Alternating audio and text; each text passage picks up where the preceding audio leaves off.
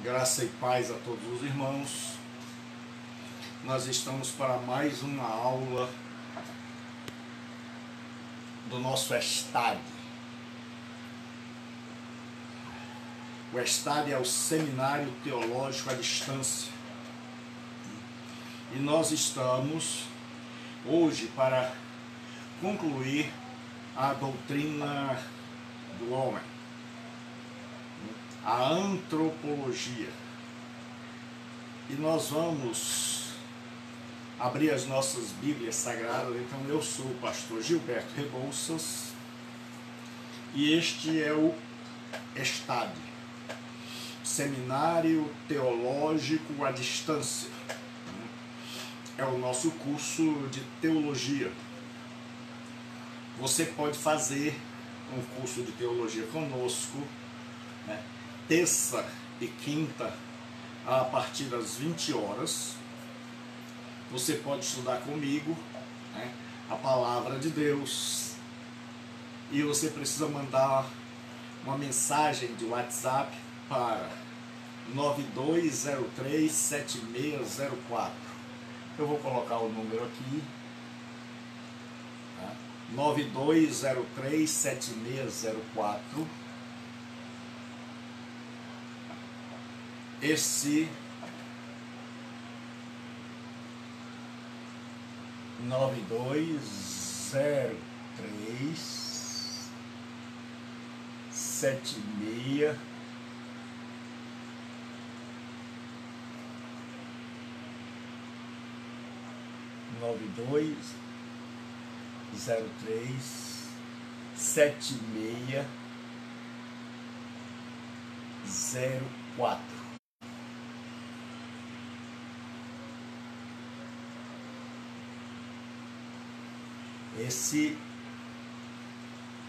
Esse é o zap que você pode mandar para fazer a sua matrícula no nosso seminário teológico à distância. Eu sou o pastor Gilberto Rebouças e hoje, 29/9/20, hoje nós estaremos concluindo a disciplina de antropologia, teologia sistemática 2, que inclui as doutrinas de doutrina do homem e doutrina do pecado.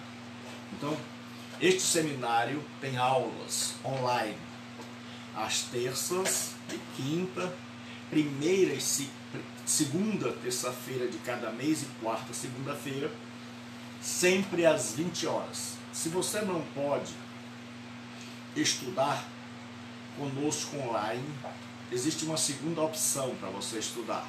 Você pode estudar fazendo os seus estudos através das postagens, porque toda a aula fica gravada aqui no meu Facebook e também elas são postadas no meu canal no YouTube, Gilberto Rebouças, tudo minúsculo. Então hoje nós estamos para mais uma aula. E nós vamos concluir hoje, se Deus assim nos permitir, a doutrina do homem. E nós vamos ler Gênesis capítulo 5, Gênesis capítulo 5, versículo de número 1. Gênesis capítulo 5 e versículo de número 1. Então abra comigo sua Bíblia no livro do Gênesis, o capítulo 5 e o versículo 1. Gênesis capítulo 5, versículo de número 1. Diz assim: este é o livro da genealogia de Adão. No dia em que Deus criou o homem, a semelhança de Deus o fez. Homem e mulher os criou e os abençoou. Ele chamou pelo nome de Adão, no dia em que foram criados. Viveu Adão 130 anos e gerou um filho, à sua semelhança, conforme a sua imagem. e lhe chamou Sete. Viveu Adão 130 anos e gerou um filho à sua imagem, conforme a sua semelhança, e lhe chamou Sete. Senhor nosso Deus e nosso Pai, nós estamos em Tua presença para estudarmos, ó Pai, a Tua palavra. Pedimos que nos abençoe, que nos guie, que nos oriente, que nos dirija, para que nós possamos estar, ó Deus, aprendendo com o Senhor, aprendendo através da Sua santa e maravilhosa palavra. Em nome de Jesus Cristo é que nós oramos, em nome de Jesus Cristo é que nós te agradecemos. Amém. Então hoje nós estamos estudando a palavra do Senhor nosso Deus. E você pode fazer o seu seminário aí. Você que diz, olha, eu tenho vontade de fazer um seminário. Eu tenho vontade de estudar a palavra de Deus. Eu tenho vontade de estudar a vontade de Deus para a minha vida. Então você pode. Né? Nós temos agora o seminário teológico à distância. Né? 9204 está aí. Né? O código é de Fortaleza, 85. Então hoje nós vamos estudar sobre a origem da alma. Hoje nós vamos estudar sobre a origem da alma. Quando a gente fala agora na antropologia, doutrina do homem, sobre a origem da alma, nós estamos com isso querendo dizer que nós estamos estudando agora a origem da parte imaterial. A parte, seja ela espírito, alma, mas a parte imaterial do homem. Nós sabemos que como é que essa alma foi formada. Como é que essa alma ela passa de pai para filho. Esta é a grande pergunta. Então, como é que a alma da posteridade ela vem? Então, nós sabemos que o homem tem seu corpo formado do pó da terra. O espírito, o primeiro, né, foi formado pelo sopro de Deus. Mas aí surge a pergunta: quando um ser humano, a Bíblia diz que Adão viveu tantos anos e gerou a Sete, a sua imagem, a sua semelhança. Então a pergunta é: como é que essa alma passa? Como é que essa alma é transferida de pai para filho? Existem três posições na teologia. Quando se estuda, a primeira coisa, a primeira verdade é que a alma, a primeira parte espiritual, ela foi criada por Deus. Ela foi criada por Deus. E Deus criou o homem do pó da terra, soprou nele o fôlego da vida. A pergunta é: como é que essa alma agora dos outros, porque a de Adão nós sabemos, mas como é que essa alma passou agora de Adão para os seus filhos, para os seus descendentes? Então existem três posições que tentam responder a esta pergunta: como é que a alma do filho, de onde é que vem a alma do filho? A primeira, ela é muito filosófica e não tem base bíblica. As duas últimas, os evangélicos estão divididos. A teologia evangélica está dividida nas duas últimas. Então a primeira chama-se pré-existencialismo. A segunda chama-se... o povo parece que hoje não quer aparecer aí, ou não está dando para aparecer. Então, se você puder, deixe seu comentário, porque eu estou achando assim meio estranho não haver um comentário aí de pelo menos assim, boa noite, se você puder. Então, nós estamos estudando como essa alma, como é que um descendente recebe a alma, como é que essa alma chega, por exemplo, a minhas filhas. Eu tive 3 filhas, gerei 3 filhas. E como é que essa alma chegou a elas? Como é que essa parte imaterial chegou a elas? Então existem 3 posições na teologia: pré-existencialismo, o criacionismo e o traducianismo. São termos técnicos, mas que a gente vai tentar ensinar de uma maneira mais simples, de uma maneira mais compreensível possível. O pré-existencialismo é a primeira, mas ela não tem base bíblica, como eu já disse, ela vem da filosofia. Ela vem da filosofia. E o que acontece? Como é que ensina o pré-existencialismo? O pré-existencialismo, Deus abençoe, ele ensina que as almas dos seres humanos, elas existiram antes do corpo.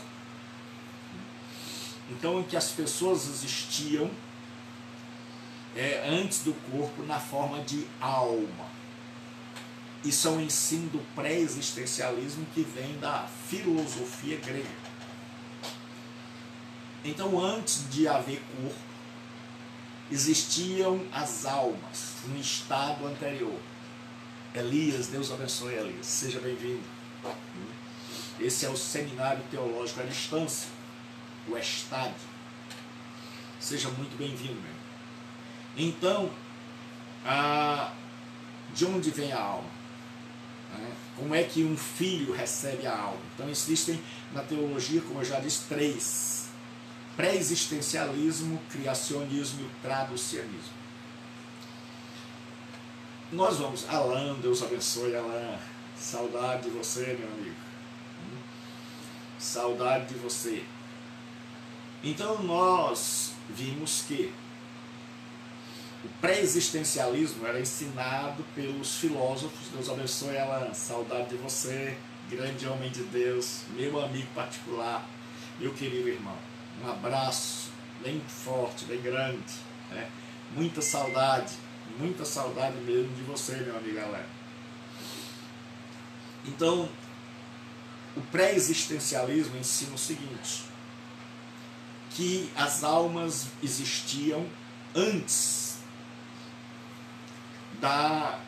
do corpo, e que estas almas em determinado momento pecaram. Então, como eu disse, esse não tem nenhuma um versículo bíblico como base. E eles ensinam que essas almas pecaram, e porque estas almas pecaram enquanto ainda existiam como almas, elas foram condenadas a viver em um corpo. Então o corpo se tornou a prisão da alma. Essa alma que pecou, essa alma agora está condenada a viver dentro de um corpo. E, pastor, você deve estar perguntando, Nael Monteiro, grande pastor, Zacarias Anselmo, Deus abençoe, só gente forte. Você deve perguntar o seguinte: pastor, por que se explica a teoria da pré-existência se ela não tem um versículo bíblico? Mas você vai perceber que muita gente, sem saber, acaba pregando isso. Pastor Reginaldo, Deus abençoe meu amigo, acaba ensinando isso. E nós vamos ver que nós estamos, muitas vezes, cheios de filosofia grega e não de teologia bíblica. E nós vamos ver que na nossa crença, que nas nossas doutrinas, que nos nossos conceitos, estão cheios de pensamentos gregos. Então, os gregos ensinavam que as almas viveram antes do corpo e essas almas pecaram, e elas foram condenadas a viverem em um corpo. E aí surgiu o chamado dualismo filosófico, que o espiritual era bom e o material era mau. E aí isso foi pego pelo gnosticismo, que ensinava que, e principalmente por Platão, que começa com isso, porque, antes de tudo, eu preciso fazer uma explicação.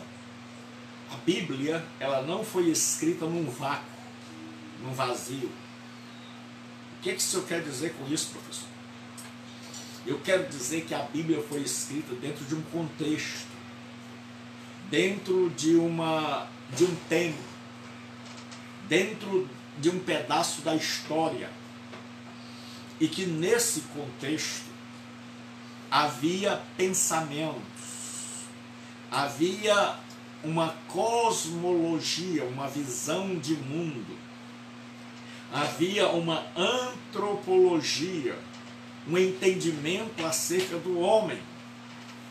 E era nesse contexto que os apóstolos viviam e escreveram. E era nesse contexto que os apóstolos, era um contexto grego, judaico, onde tinha duas linhas de pensamento. Onde, por um lado, você tinha o pensamento judaico, hebraico. Por quê? Porque tanto o Antigo Testamento tinha sido escrito quase que em sua totalidade no hebraico, e a igreja começou no mundo hebraico. Então o pensamento hebraico, a cultura hebraica, a maneira de pensar, a maneira de falar hebraica é muito forte na tradição bíblica. Mas nos dias do Novo Testamento, há uma cultura nova que está permeada, perpassada por todo mundo. Que agora ela invadiu o mundo, que é a cultura grega. Então, nos dias de Paulo, de Pedro, nos dias do Novo Testamento, são dias em que eles estão vivendo e o pensamento predominante no mundo é o pensamento grego. Então Sócrates, Platão, melhor dizendo, ele faz uma divisão entre dois mundos. O mundo real, o mundo perfeito, o mundo ideal, que era o mundo espiritual.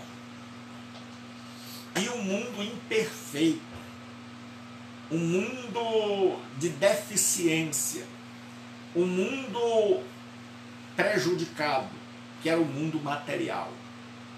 Então depois o neoplatonismo, e tudo isso está acontecendo nos dias de Paulo, são pensamentos correntes nos dias de Paulo, de Pedro, de Tiago, de João. Era esse o mundo que eles viviam, e era contra isso que eles tinham que pensar, pregar e se opor, e era isso que se opunha a eles. Então surgiu o dualismo filosófico, de que tudo que é espiritual é bom, e de que tudo que é material é mal. Então, o que acontece agora? Tudo que é material é mal, é imperfeito, e é sombra da realidade. E é por isso que você vai ver que muitas vezes a Bíblia vai utilizar o termo que a lei era sombra das coisas que haviam de vir. Vai usar esse termo sombra. Então o que acontece? Agora, na cultura grega, o mundo espiritual é ideal.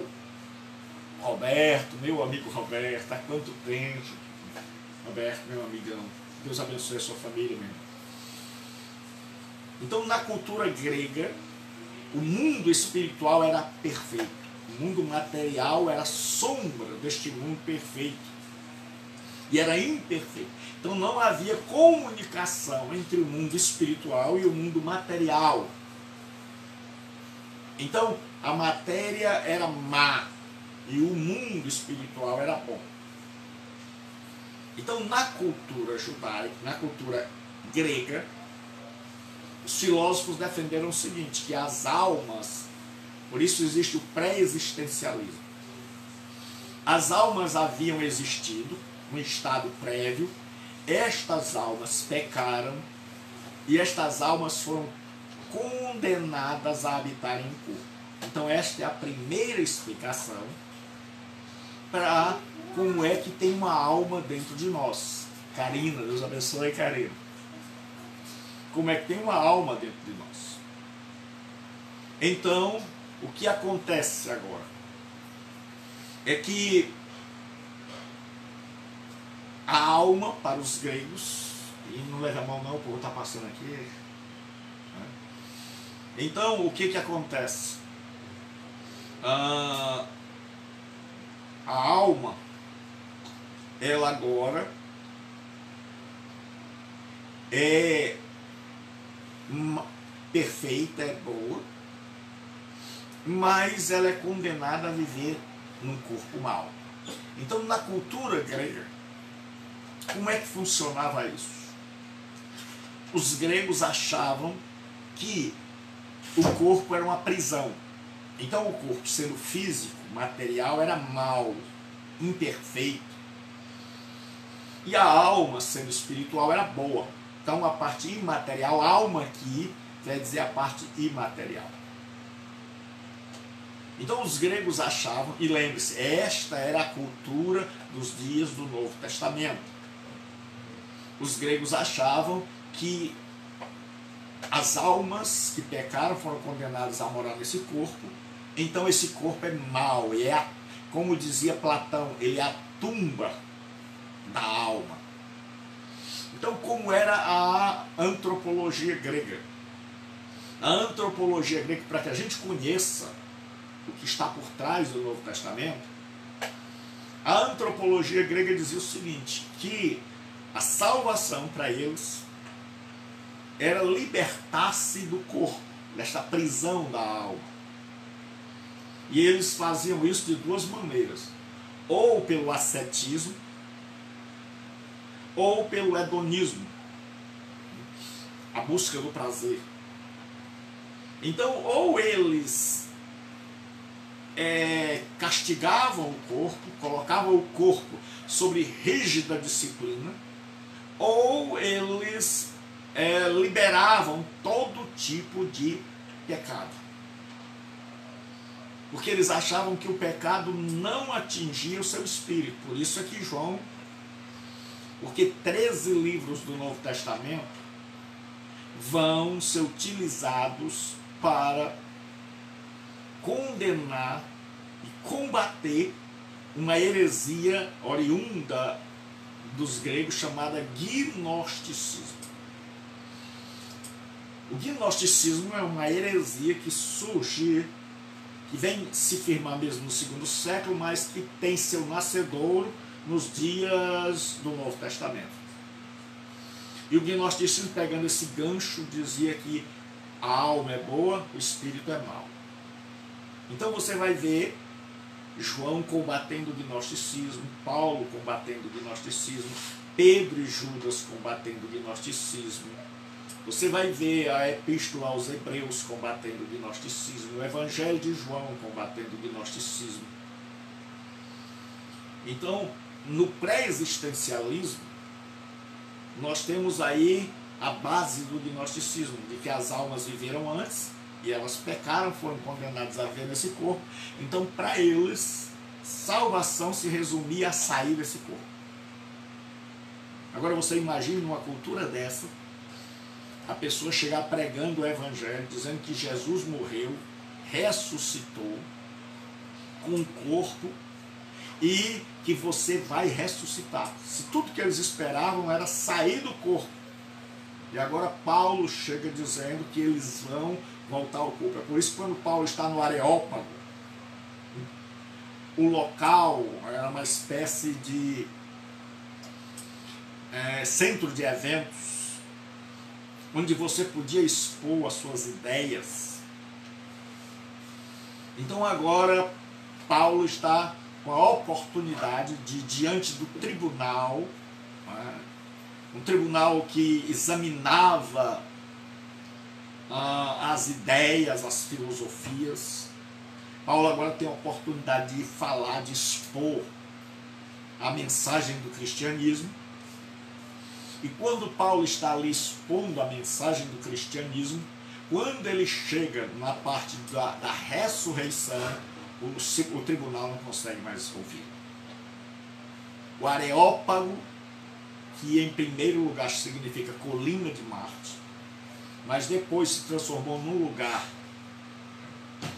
com pessoas que eram capacitadas para ouvirem, e eles examinavam qualquer nova doutrina, qualquer novo ensino, e eles convidaram Paulo para discursar para essa multidão, para esse grupo seleto de cabeças cultas da época e da cultura grega. E Paulo vai falar ali, e ele não usa Bíblia, ele é muito capacitado, ele usa a filosofia e ele usa os poetas gregos. Mas o que acontece quando Paulo chega no ponto de falar de ressurreição, a reunião encerrada?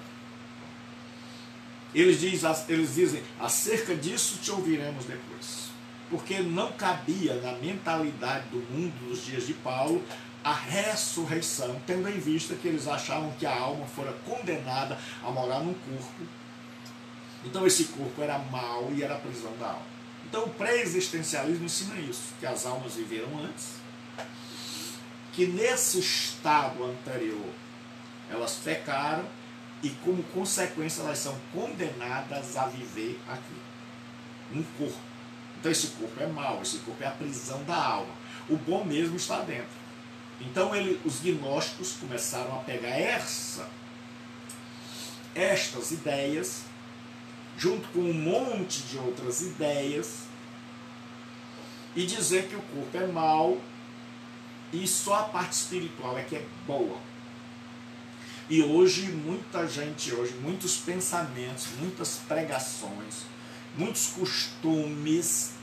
Kelly, Elizabeth, Deus abençoe sua vida, seja bem-vindo ao seminário teológico à distância. Então muita gente pegou essa cultura nos dias de Paulo e hoje muita gente prega sem saber. Muita gente tem uma noção hoje que o nosso corpo é mau. Muita gente acha que a gente vai ficar melhor se a gente punir o corpo. Muita gente acha que nós vamos ficar melhores se a gente jejuar demais. Então, quanto mais fraco o corpo, mais forte o espírito. Essa é uma ideia gnóstica.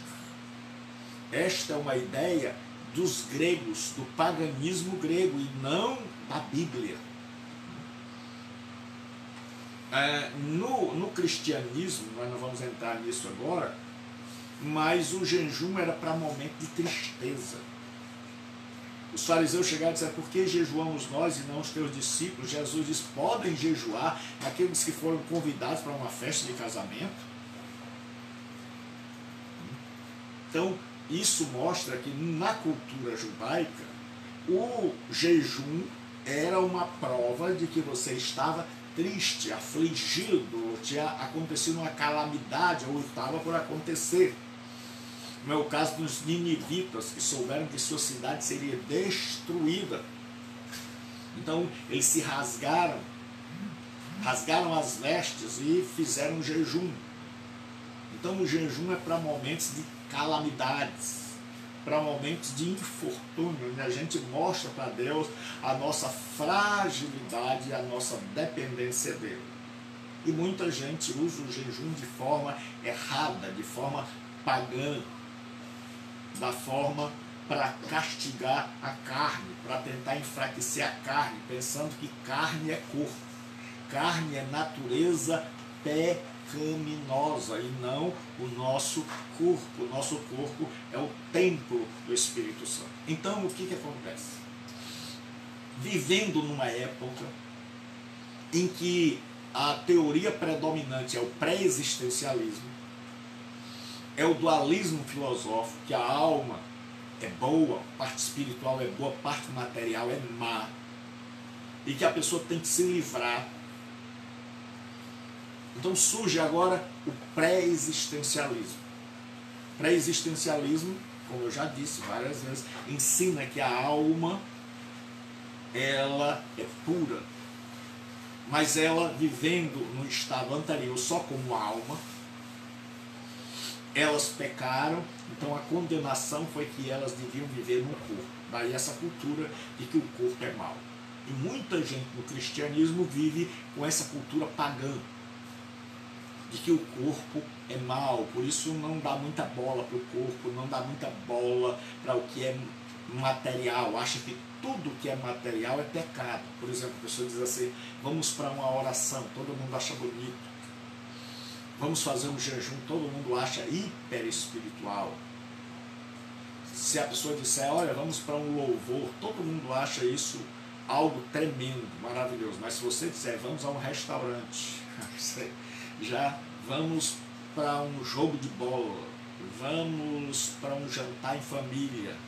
Então, as pessoas acham que tudo aquilo que diz respeito ao corpo é mal, é carnal, significa que a pessoa não é tão espiritual. Se a pessoa convidar os irmãos para ir a um cinema, assistir um bom filme, as pessoas dizem, olha, estão na carne, porque eles têm um pensamento pagão, eles têm um pensamento grego, e pensam que têm o pensamento bíblico. Então no pré-existencialismo ensinava-se isso. Primeiro a alma pecou e a alma agora, nossa alma, está condenada a viver dentro desse corpo. E aí foi contra isso que Paulo vai lutar, que João vai lutar. Então eles fazem questão de dizer, principalmente o apóstolo Paulo, que o nosso corpo não é algo mau, mas é o templo do Espírito Santo. E o ser humano é visto como um todo, como um ser completo. O ser humano no cristianismo é visto como um ser completo, como um ser que é um todo. E alguém já disse que espírito sem corpo é fantasma, e corpo sem espírito é defunto. Alguém já disse que espírito sem corpo é fantasma, e corpo sem espírito é defunto. Isso ele está querendo dizer que o homem só é homem quando tem todas as suas partes. É por isso que vai haver a ressurreição. Por quê? Porque a salvação não estará concluída sem a glorificação, sem a salvação do corpo. Paulo diz que o mundo geme, aguardando a redenção do nosso corpo. Então, o nosso corpo, que está entregue às enfermidades e doenças por causa do pecado, também vai participar da salvação. Deus não salva somente a alma. Tem muita gente que crê num evangelho espiritualista, que imagina que Deus salva só a alma. Mas Deus não quer salvar somente a minha alma. Deus quer salvar todo o meu ser. a salvação, é tanto que ela tem 3 tempos. No passado, nós fomos salvos da condenação na doutrina da justificação pela fé. No presente, nós estamos sendo salvos do poder do pecado, na doutrina da santificação. E no futuro, nós seremos salvos da presença do pecado com um corpo glorioso. Então, nós fomos perdoados. Nós estamos sendo salvos. E o que falta para completar a nossa salvação? Falta Jesus voltar, transformar o nosso corpo em um corpo da ressurreição, em um corpo glorioso, e aí a nossa salvação estará completa. Porque o jejum é válido nos dias de hoje, se sim tem uma aplicação específica para usá-lo. É porque assim, se a gente sair do ensino, a gente fala muito e a pessoa aprende pouco.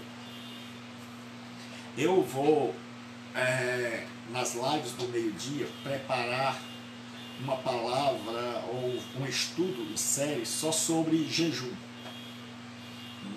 Mas o jejum, sim, o jejum é bom, o jejum é ensinado na Bíblia. Mas o jejum da Bíblia é diferente do jejum que é praticado hoje. Então eu não gosto de responder perguntas assim. Por quê? Vou explicar. Porque às vezes o tema é amplo e a gente responde com um pouquinho de tempo. E aí gera dúvidas. Mas eu vou tentar resumir aqui e depois eu prometo que eu vou fazer para vocês. Então o que acontece? O jejum, nos dias do antigo Israel, nós estamos vendo que há uma cultura. E a nossa aula de hoje é a origem da alma. Então eu vou ter que sair um pouquinho só por amor ao Alain. Então, o que acontece? O jejum, ele foi instituído por Deus. O homem sempre fez jejum, mas em momentos de calamidades. Quando Adão estava no paraíso, lá ele nunca fez jejum. No capítulo 1 e 2, que é o que a gente chama de plano piloto ideal, onde o homem está ali bem com Deus, então não há jejum. Quando Jesus Cristo vem, mas os seus discípulos, não há jejum. E aí quando Jesus vai fazer um jejum, que o diabo vem tentá-lo, é porque Adão caiu e o Espírito Santo leva Jesus ao deserto para mostrar, não se Jesus cai ou não, mas para mostrar que Jesus não cai. Porque quando o engenheiro faz uma ponte e coloca um caminhão em cima, ele não vai pensando, será que a ponte aguenta? Não, ele vai provar que aquela ponte aguenta.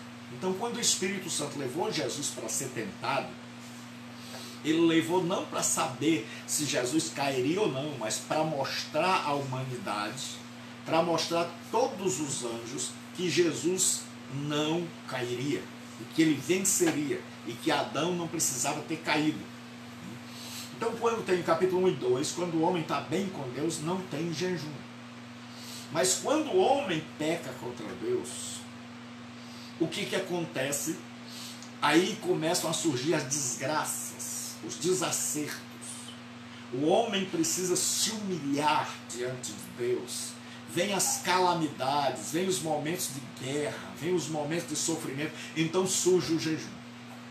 Então o homem agora começa a estabelecer estes momentos em que ele vai rasgar a alma, porque o jejum é esse rasgar a alma diante de Deus e mostrar a nossa dor, a nossa impotência diante de Deus.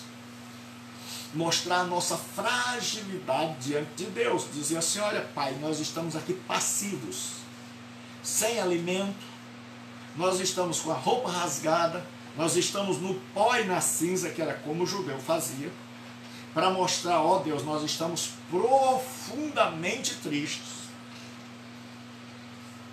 E nós estamos profundamente arrependidos.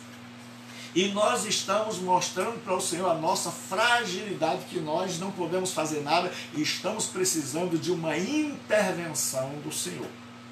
Então o jejum falava isso. E aí e esse jejum só era praticado nos dias de calamidade, nos dias de tristeza. Só que com o passar do tempo o jejum se tornou algo mecânico, algo que as pessoas faziam por fazer, passou a fazer parte da tradição religiosa. Aí o profeta Isaías chega e diz, olha, que jejum é esse? E Deus diz assim, afastai de mim os vossos jejuns, porque eu não suporto mais. Porque o judeu já jejuava na terça e na quinta, era um jejum mecânico, era passar fome. E aí o profeta Isaías vai dizer, é esse o jejum que eu quero? Aí Deus diz assim, vou dizer qual é o jejum que eu quero. Que vocês deixem a impiedade, que vocês socorram o aflito, etc, etc, etc. Então o jejum nos dias da Bíblia, do Velho Testamento, era um jejum para um momento de dor, um momento de calamidade, como no caso de Jó, que perdeu os filhos, perdeu tudo, ficou doente. Nos momentos de guerra, onde o profeta chegava e dizia, olha, Deus vai destruir, como lá na Assíria, em Nínive. Então as pessoas jejuavam assim. Só que o judeu, principalmente a tradição farisaica, começou a transformar isso numa coisa cotidiana. De 2 ou 3 vezes por semana, como aquele homem diz lá, eu jejuo 2 vezes por semana, dou o dízimo, o fariseu. Então a gente tem que separar o que é ensino bíblico do que é doutrina dos fariseus. Aí o que acontece no Novo Testamento, Jesus está começando sua igreja, ele diz que é o noivo, a igreja é a noiva, então está esse clima de festa, as pessoas estão se arrependendo, entrando no reino de Deus. E aí os fariseus chegam e dizem assim, por que nós jejuamos 2 vezes por semana e os teus discípulos jejuam? Porque aquilo que eles transformaram na prática, que não foi Deus que ordenou, mas era uma prática religiosa humana, que agora achava que podia chamar a atenção de Deus. E Jesus chega e diz assim, quando vocês jejuarem, não mostrem os vossos rostos desfigurados, nem o cabelo desgrenhado, despenteado, porque eles faziam isso porque a religião judaica estava alicerçada num tripé, que era a oração, o jejum e a esmola. E aí no capítulo 5 de Mateus 6 e 7, que é o Sermão do Monte, vocês vão ver Jesus abordando esse tema. Jejum, esmola e oração. Aí Jesus diz, na oração, não orem igual os fariseus. Não orem para os outros verem. Orem no oculto, para que o vosso Pai veja. E Ele que vê, em secreto recompensará. Aí a gente faz igual aos fariseus. A gente ora no meio da rua, a gente ora na igreja, a gente quer orar com bastante gente vendo. Na época da pandemia agora, com os templos fechados, muita gente me procurou, dizendo, pastor, rapaz, não está dando para orar, e a gente vai orar, não tem ninguém, ele tem. Para orar só precisa de 2 pessoas, você e Deus, a não ser que você queira ser visto. Então hoje nós seguimos muito a doutrina dos fariseus. Nós jejuamos não para mostrar a Deus que está uma calamidade na nossa vida, não para mostrar que nós estamos arrependidos, mas nós jejuamos pensando em enfraquecer a carne. Carne essa que a gente confunde com o corpo. E que a gente não sabe que a natureza pecaminosa é diferente. E aí o que acontece?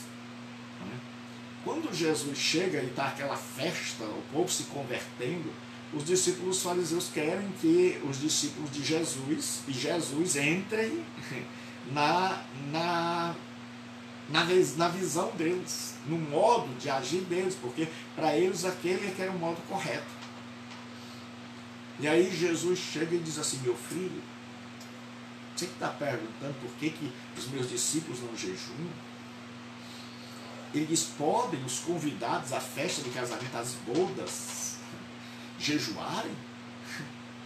Aí é claro que não, era época de festa, era momento de festa, e não momento de jejum. Jesus disse, mas vai chegar tempo onde eles jejuarão, ou seja, quando Jesus fosse embora, quando houvesse calamidade, quando a igreja estivesse debaixo de perseguição, quando nós estivéssemos em pecado e precisássemos mostrar a Deus o arrependimento.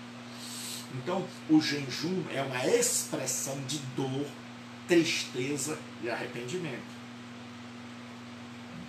É isso que o jejum é. E o jejum, quando é praticado mecanicamente, é o jejum dos fariseus. E o jejum, quando é praticado tentando impingir sofrimento ao corpo, é um jejum dos gnósticos. Então o jejum é para um momento de tribulação, de luta, onde a pessoa perdeu um pai ou está com alguém à beira da morte, é quando o país está sendo ameaçado de guerra, é quando vem uma desgraça e aí a pessoa pecou, ou a igreja está em pecado. Então a pessoa se humilha diante de Deus e vai lá, quando Deus diz, olha, eu vou destruir, vou punir.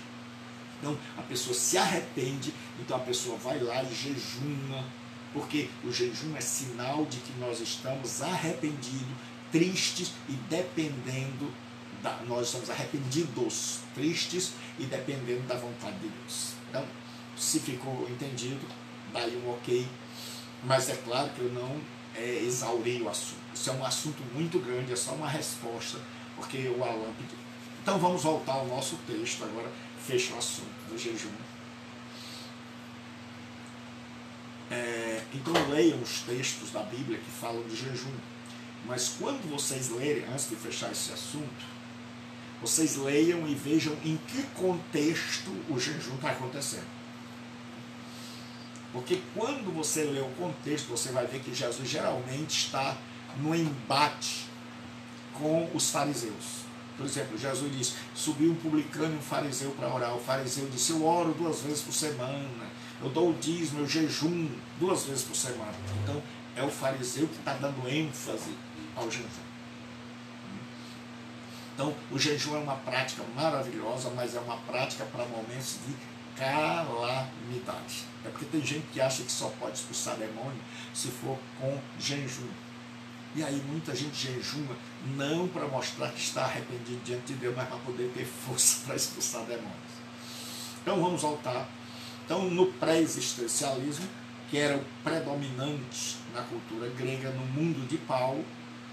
Então se no mundo de Paulo, quando ele chegasse e fosse conversar com as pessoas, e ele dissesse de onde vem a sua alma, a pessoa dizia, rapaz, a minha alma, ela pecou e ela agora está condenada a viver nesse corpo. E esse corpo é mau, mas a minha alma é boa.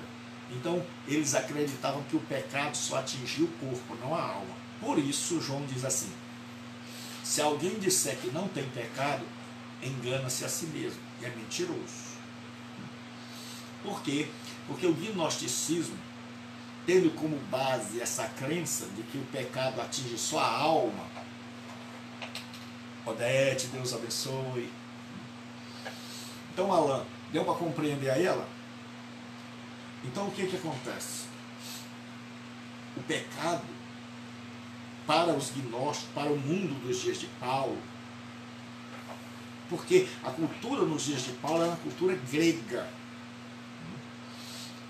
que essa cultura tinha invadido o mundo, e o mundo inteiro pensava assim. Então, quando Paulo chegava, e Paulo ia pregar a ressurreição, a pessoa não acreditava, só Deus para fazer. Um grego querer voltar para o corpo. Então aí Paulo tem que fazer uma reeducação, de dizer, olha, o nosso corpo não é mau, não é a tumba da alma. Aí é por isso que ele vai dizer, Deus santifique todo o vosso espírito, alma e corpo. Ele vai falar do homem completo. Então ele vai dizer em Romanos que toda a criação geme por causa do pecado. nós gememos, aguardando a redenção do nosso corpo. Então, o que nós esperamos para concluir a salvação é porque a condenação do pecado nós já fomos libertos. Nenhuma condenação há para os que estão em Cristo Jesus. No presente nós estamos sendo salvos do poder do pecado. Paulo diz: não apresenteis os vossos corpos, vossos membros, como instrumentos de injustiça, mas para a glória de Deus. Então, outrora, os nossos membros, dominados por essa natureza pecaminosa, eles eram utilizados para fazer injustiça, para a prática do pecado.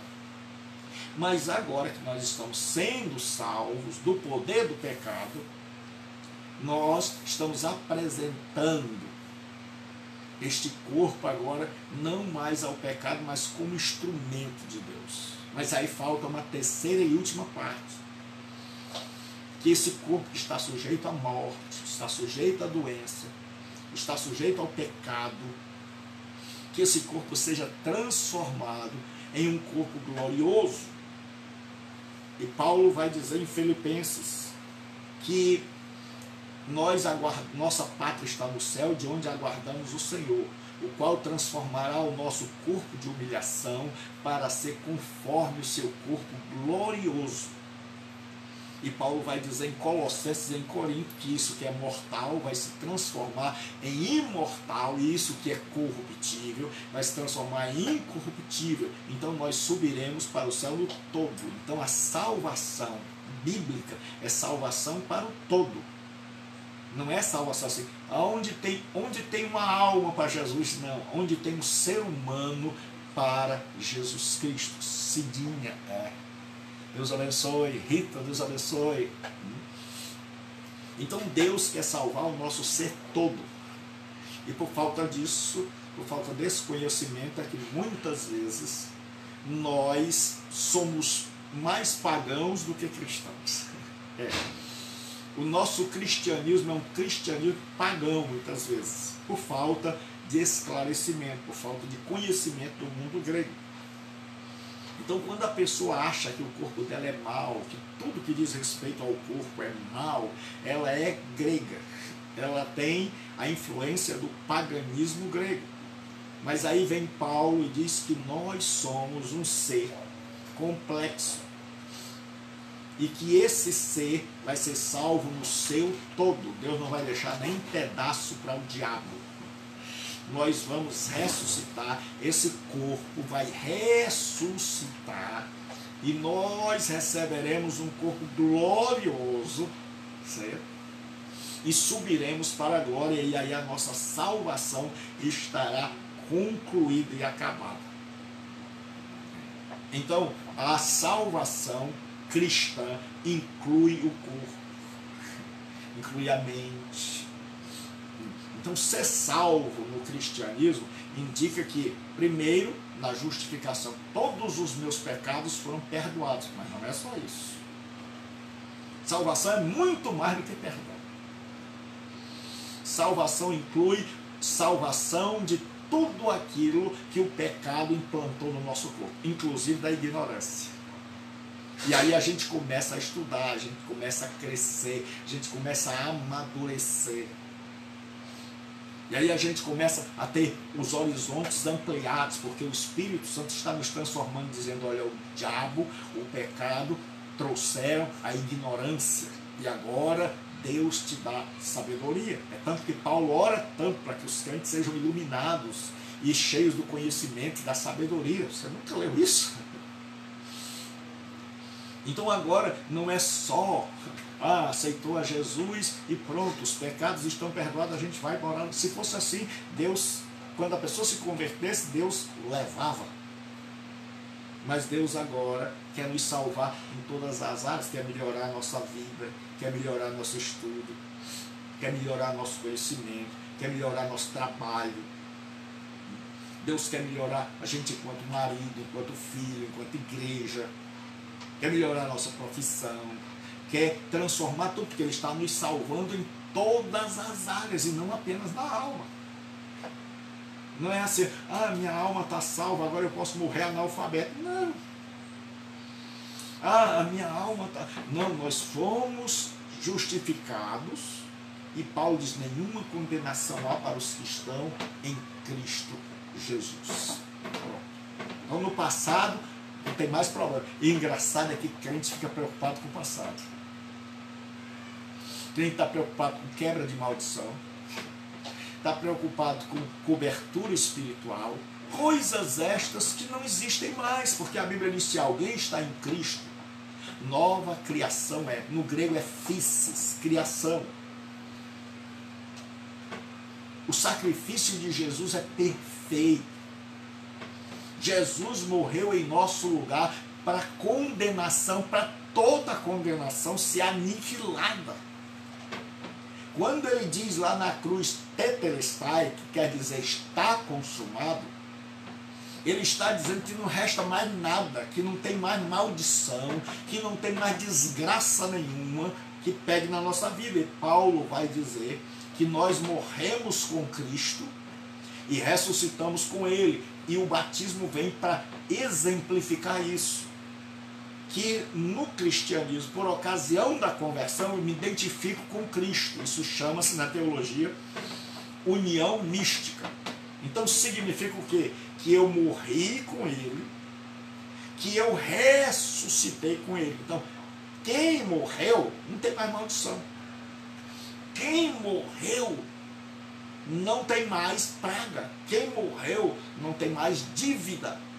Quem morreu agora nasceu de novo. Então, os cristãos é uma nova criatura. Então, não há mais nada no passado, e é por isso que Paulo diz, nenhuma condenação há para os que estão em Cristo Jesus. Então, o passado morreu, porque nós morremos.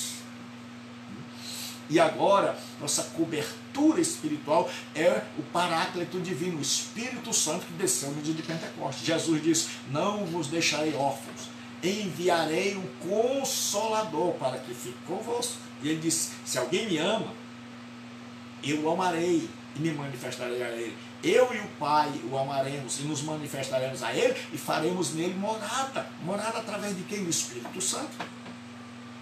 Então hoje nós somos cobertos pelo Senhor Jesus. Então nós não temos mais nada que está pensando no passado, quebrando maldição do passado. Nós somos transformados agora no presente. É mudança de caráter, é mudança de comportamento. É procurar estudar teologia, estudar secularmente. É procurar mudar. É ser salvo, é destruir tudo que o diabo fez. O que o diabo trouxe? A ignorância. O que Deus traz? Sabedoria. O que o diabo trouxe? Um mau caráter. O que Deus traz? Um bom caráter, a transformação desse caráter. Então o que acontece agora? Nos dias de Paulo, Paulo está falando agora desta redenção do corpo. E aí não consegue entrar na cabeça do corpo, porque a noção que eles tinham era uma noção de que o corpo era mau.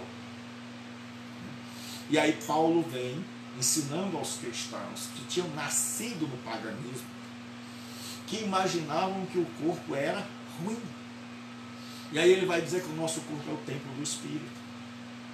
Que se alguém destruir o templo de Deus, Deus destruirá. Que Deus não habita mais em templos de pedras.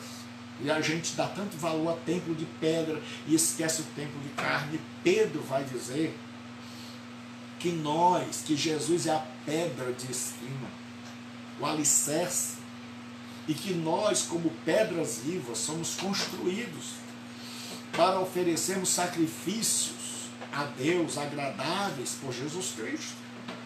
Então, o novo templo agora é a igreja. Eu tenho um sermão sobre o novo templo no YouTube, no meu canal Gilberto Rebouças, que você pode ver lá, um comentário sobre o texto em que Pedro, no capítulo 2, a partir do versículo 3, ele vai começar a dizer que nós somos o novo templo, porque o velho templo era de pedra, o novo templo é constituído de gente. Jesus é a pedra e sobre Jesus estamos nós. Então, o pré-existencialismo, essa doutrina de que o espiritual é bom e o material era ruim, e que portanto, a alma vinha e entrava no corpo como uma prisão, isso nunca foi aceito pela igreja, embora muita gente, sem saber, pregue e pense desse jeito. A segunda perspectiva é chamada de criacionismo. Se você tem aí o seu material, se você ainda não faz o seminário, você pode mandar uma mensagem de WhatsApp para 9203-7604. E eu queria pedir ao irmão Alan, se puder colocar aí para mim, 9203-7604. Você querendo estudar a palavra de Deus, porque, irmãos, por que eu gosto tanto de ensinar? Porque eu vejo tanta gente sofrendo por causa da ignorância, porque não é ensinar, não é doutrinar. Nesses 30 e tantos anos que eu ensino, eu tenho visto tanta gente sofrendo, tanta gente escravizada, tanta gente que, porque não compreendeu a mensagem de Deus ainda, quando entra para uma igreja, ao invés de ser liberta, a pessoa se torna escrava. Ao invés de ser feliz, ela fica triste. Ao invés de ser uma pessoa livre, uma pessoa sem... Muito obrigado, meu irmão. Aí, 992037604, você manda uma mensagem e se matricula. A gente diz como você vai se matricular. Você manda seu nome completo e um e-mail. E aí o que acontece? Agora vem o criacionismo. No criacionismo, esse já é uma das divisões, e alguns cristãos já acreditam nessa. O que ensina o criacionismo? O criacionismo ensina que para cada alma que vai nascer, Deus cria, para cada corpo que vai nascer, Deus cria uma alma. Então, quando a mulher está gestante, quando o óvulo foi fecundado e o corpo de um bebê está sendo formado, Deus está criando uma nova alma, por isso o nome é criacionismo. Então, e Deus vai colocar esta alma neste corpo, entre a concepção e o nascimento. Então, em algum desses momentos, essa alma vai ser introduzida nesse corpo. Então, no criacionismo, que o criacionismo foi profundamente afetado pelo platonismo, essa alma é criada por Deus. Então, cada pessoa que vai nascer, um pai vai gerar um filho. Então, cada pessoa que vai nascer, recebe uma nova alma. Deus cria uma nova alma e coloca dentro desta mãe, dentro desse corpo, desse bebê, entre a concepção e o nascimento. Então, para cada pessoa que nasce, Deus cria uma nova alma. E aí o criacionismo ele vai citar alguns textos. Ele diz assim, Números 16, 22. Mas eles se prostraram sobre os seus rostos e disseram, ó Deus, Deus dos espíritos de toda a carne, pecará um só homem e indignar-te-ás contra toda esta congregação? Então eles dizem que Deus é o Deus dos espíritos. E assim, e o pó volte à terra de onde era, e o espírito volte a Deus que o deu. Em Isaías diz assim, porquanto não contenderei para sempre, nem continuamente me indignarei, porque o espírito perante a minha face desfaleceria, e as almas que eu fiz. Então eles dizem que Deus fez uma alma e colocou dentro de um corpo. E eles dizem, peso da palavra do Senhor sobre Israel, fala o Senhor, o que estende o céu e que funda a terra e que forma o espírito do homem dentro dele. Então eles dizem que Deus forma o espírito do homem dentro dele. Então, esta teoria, porque a origem da alma significa, nós sabemos que a primeira alma foi criada por Deus. Alma aqui não tem mais o sentido lá, quando a gente está estudando a concepção, a constituição do homem. Se o homem é espírito, alma e corpo, se o homem é só espírito e alma, etc. Mas alma aqui tem a ver com a parte imaterial do homem.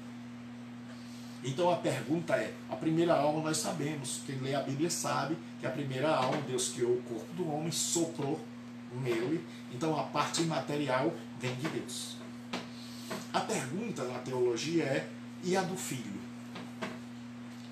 E quando Adão gerou um filho, essa alma tinha pecado antes, como ensina o pré-existencialismo? Ou Deus criou uma nova alma para Sete, como ensina o criacionismo? Quando Sete estava na barriga de Eva, porque o criacionismo diz o seguinte, o homem entra com o corpo e Deus entra com a alma. Então, a cada vez que um ser humano está sendo gerado, Deus cria uma nova alma.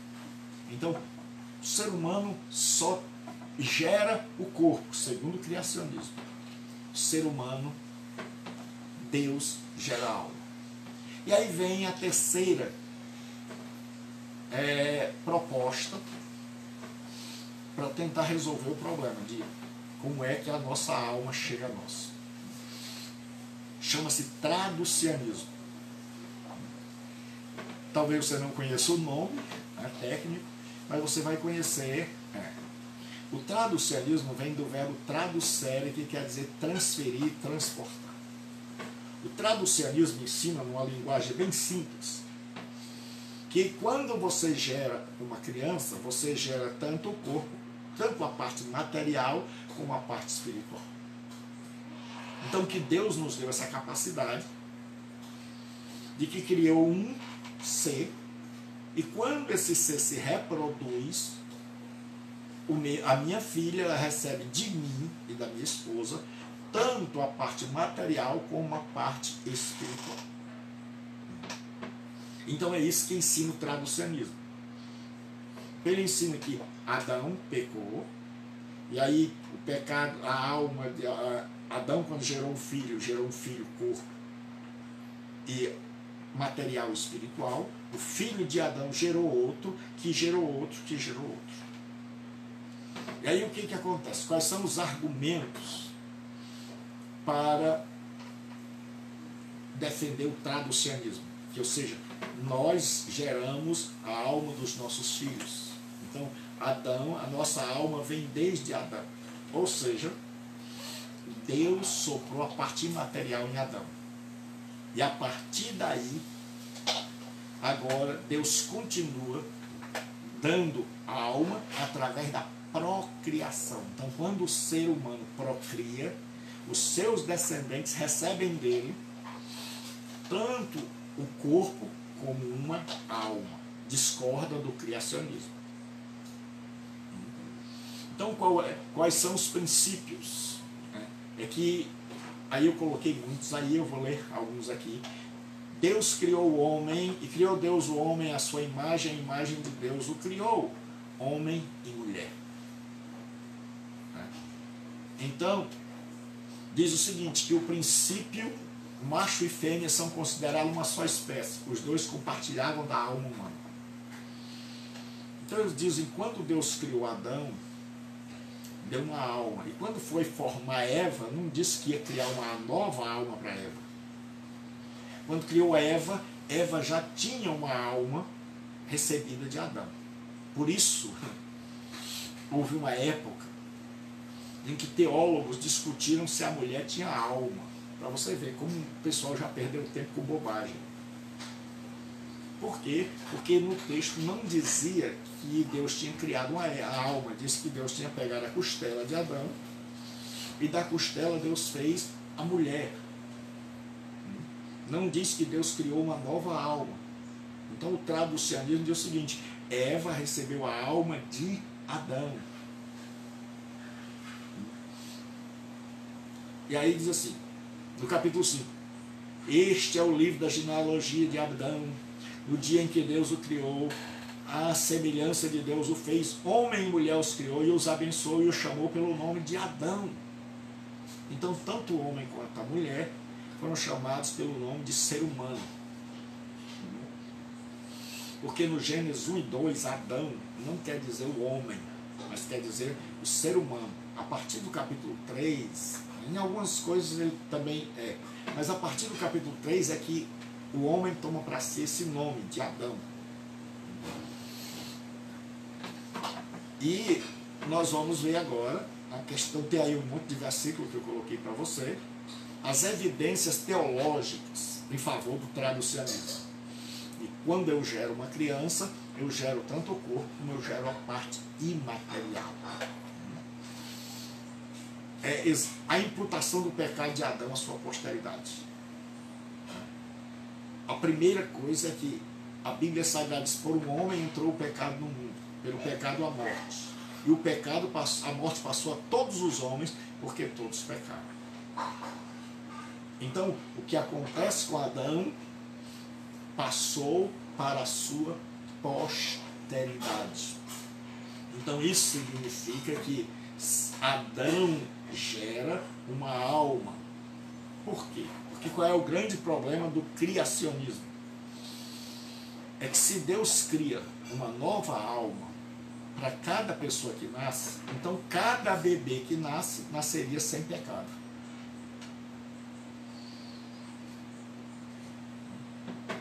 E aí o Strong, ele levanta um argumento fortíssimo. Ele diz: se Deus cria uma alma pura e coloca num corpo impuro, então Deus é o culpado do pecado.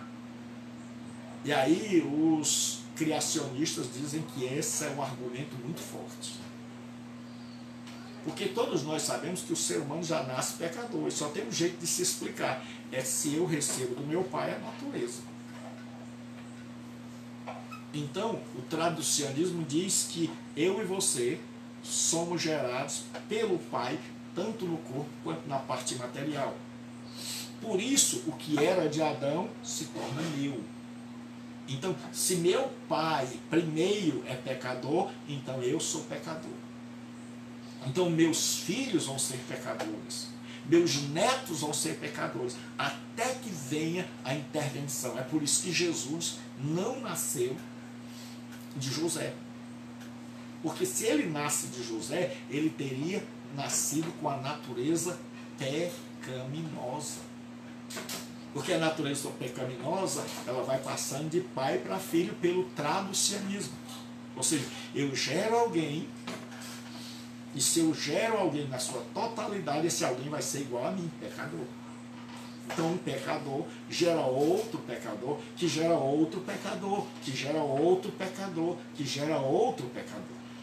E aí Jesus nasce não pelo método correto, porque se ele tivesse nascido pelo método normal, ele teria herdado a natureza pecaminosa que vem de Adão, passando até chegar em Maria e em José. Então é por isso que a Igreja Católica teve um grande problema. Quando disseram: e aí, Jesus tem pecado? Não. Mas por quê? Porque ele não tinha pai humano. Ele foi gerado pelo Espírito Santo. Mas o povo dizia: e Maria não era uma humana? E aí a Igreja Católica teve que criar uma doutrina chamada Imaculada Conceição de Maria, onde eles diziam: olha, Maria foi criada sem pecado, para tentar guardar Jesus de ter nascido sem pecado. Porque no traducionismo dizia o seguinte: olha, o filho recebe a herança completa do pai. Então, se nós temos pai pecador, nós somos pecadores. E a Igreja Católica tentou resolver esse problema e arrumou um problema bem maior ainda, para tentar explicar como é que Maria nasceu sem pecado. Então, no traducionismo, nós aprendemos o seguinte: que a natureza pecaminosa passa de pai para filho. Davi diz: eis que eu nasci em iniquidade, e em pecados me concebeu a minha mãe. E vocês têm muito material aí para poder ver isso. Outro argumento é a universalidade do pecado. Porque não há um justo, nenhum sequer. Todos pecaram e destituídos estão da glória de Deus. Isso significa que o pecado de Adão passou para nós, que passou para nossos filhos, que passou para nossos netos, e por aí vai.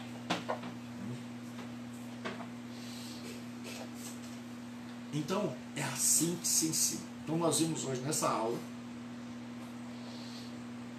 de onde vem a alma dos nossos filhos, né? Dos filhos, a de Adão nós sabemos, mas de onde veio a alma de Eva, de onde veio a alma dos nossos filhos, dos descendentes de Adão.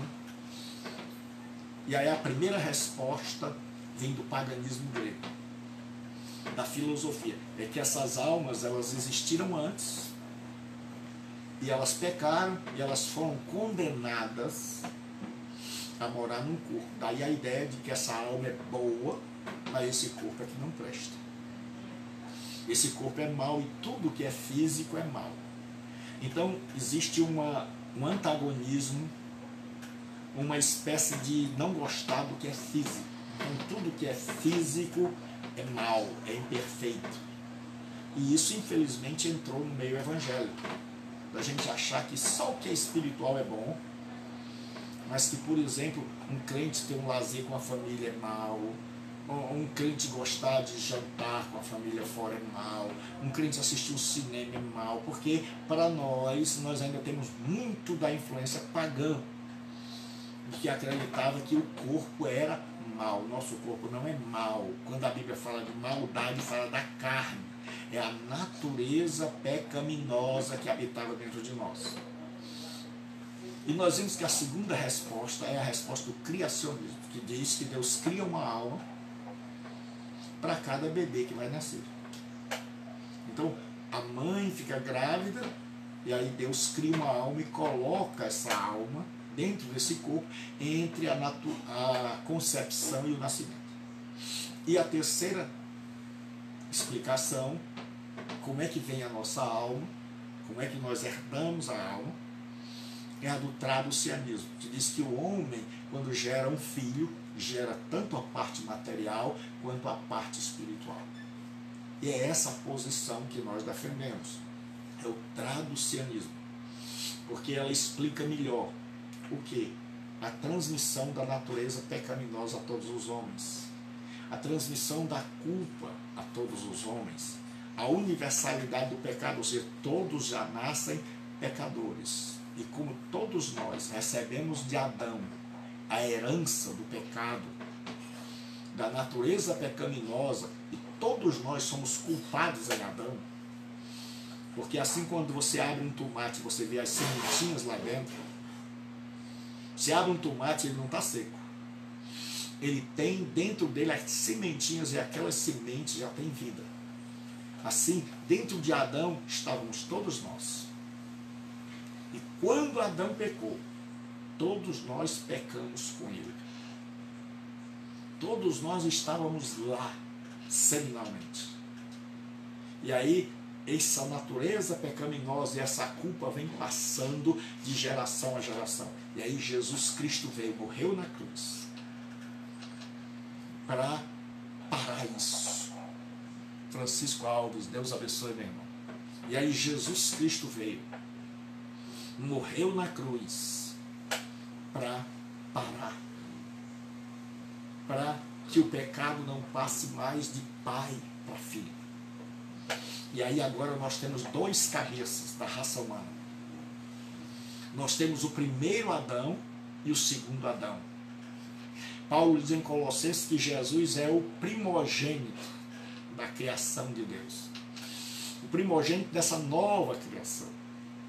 Então, Deus colocou o primeiro Adão como representante visível do Deus invisível. E governante da primeira criação. Mas o primeiro Adão falhou. E Deus agora estabelece um novo Adão, que é Jesus Cristo.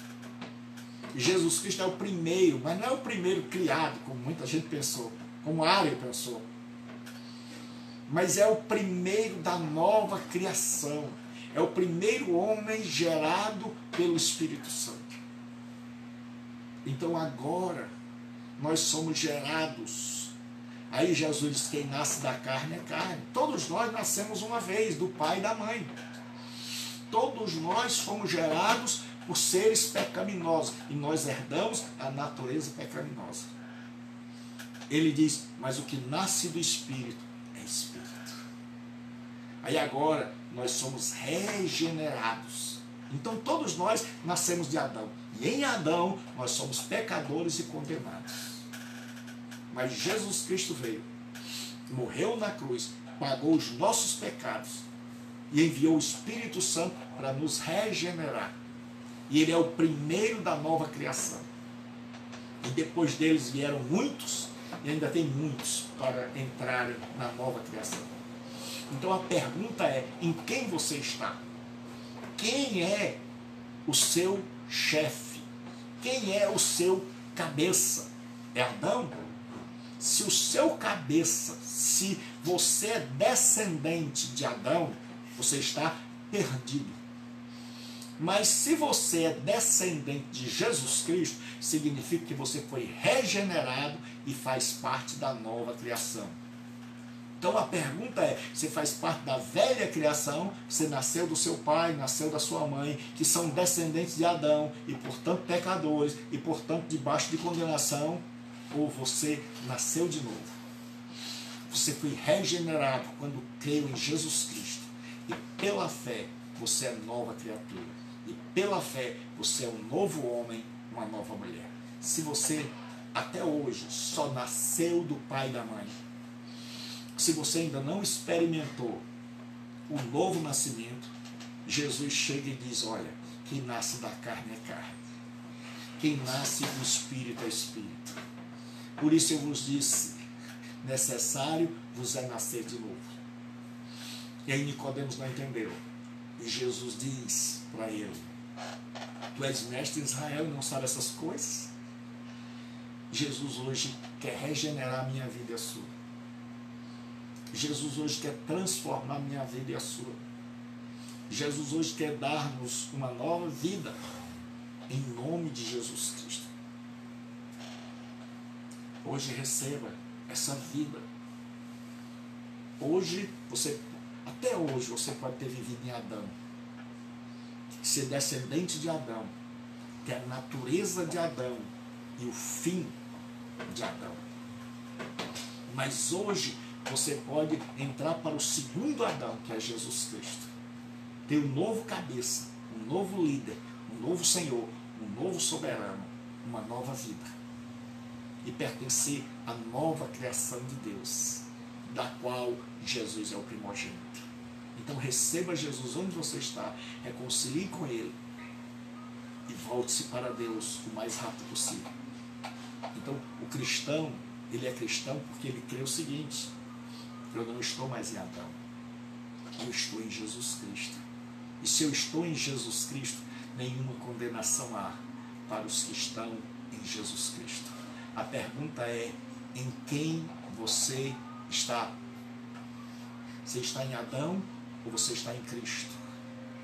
Se você não descobriu até hoje no Evangelho que essa é a grande mudança, é quem é meu cabeça agora, quem é meu líder, de quem eu descendo. Se eu sou descendente de Adão, eu tenho uma culpa. Se eu sou descendente de Cristo, eu participo da nova criação e eu não trago mais culpa, porque Ele levou a minha culpa. Porque o castigo que nos traz a paz estava sobre Ele e pelas suas pisaduras nós somos sarados. Então eu não preciso mais de cobertura espiritual, porque eu já tenho a dele. Eu não preciso mais de quebrar nada quanto ao passado, porque o meu passado morreu.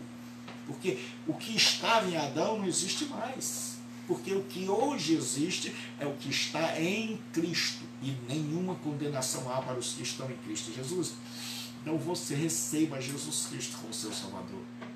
Onde você estiver, diga: Senhor, eu até hoje estive em Adão, mas a partir de hoje eu creio que Jesus morreu para me libertar do pecado de Adão, para me libertar dos meus pecados. E eu me arrependo no saco e na cinza, com jejum. Eu estou profundamente envergonhado de ter feito tanta coisa ruim. mas eu peço que me transforme, me faça nascer de novo, porque eu quero pertencer a essa nova raça, a essa geração eleita, a esse povo de Deus, que tem como cabeça o Senhor Jesus Cristo. Que Deus abençoe. Amanhã, ao meio-dia, nós temos a nossa live. E se você quer estudar nesse seminário, basta você mandar para esse WhatsApp aí, 92037604. E você pode estudar de duas maneiras. Primeiro, online aqui, terça e quinta, segunda e quarta segunda de cada mês, às 20 horas. Ou você pode estudar a hora que você quiser, porque fica gravado aqui e lá no meu canal Gilberto Rebouças no YouTube. Gilberto Rebouças no YouTube, tudo minúsculo, porque tem um Gilberto Rebouças maiúsculo.